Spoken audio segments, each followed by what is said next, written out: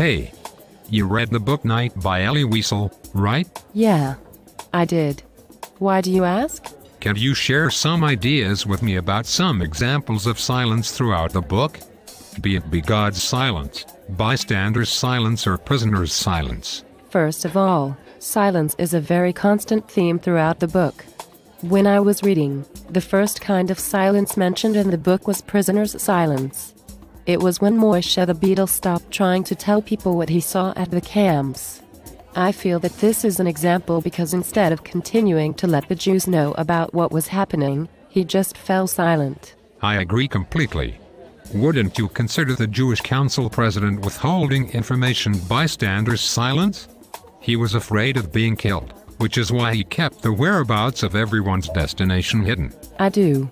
Also in the beginning of the book, Elie starts to question his faith to God. He was wondering why God was being silent and letting the Holocaust happen to the Jewish people. Oh yeah. Another example of prisoners' silence was when the Hungarian police started randomly beating people. This just shows how everyone's fear compelled them enough to not help their fellow Jews. Now that I'm thinking about it, wouldn't the people living in the cities of concentration camps be considered to have bystanders' silence? I mean, they do live in the city. Why didn't they rally together and stop what was happening to the Jews? Was it fear that compelled them to be silent or something more? I think it was the fear of being put into the concentration camps themselves. True. God's silence. It's hard not to reference the entire book. But one part that read God's silence was when people had struggled more than half an hour because he was too light when he was hung. He lingered between life and death for half an hour. How could God let this happen?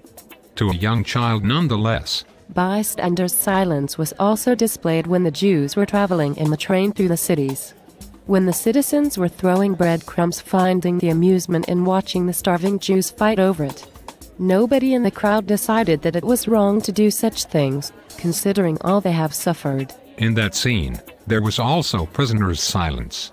It was when all the Jews were fighting over the crumbs and crusts of bread thrown in.